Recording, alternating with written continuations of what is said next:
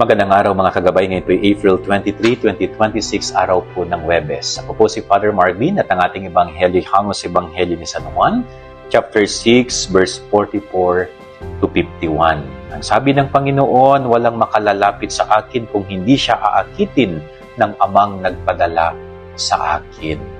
No, kumbaga, ang Ama na nasa langit ay patuloy na gumagawa po ng paraan upang sa ganon ay makilala natin ang kanyang bugtong na anak na ating Panginoong Hesus. At dito po sa lupa, napakaraming paraan ang binigay ng Diyos sa atin upang sa ganon makilala natin si Hesus at tanggapin natin si Hesus. No?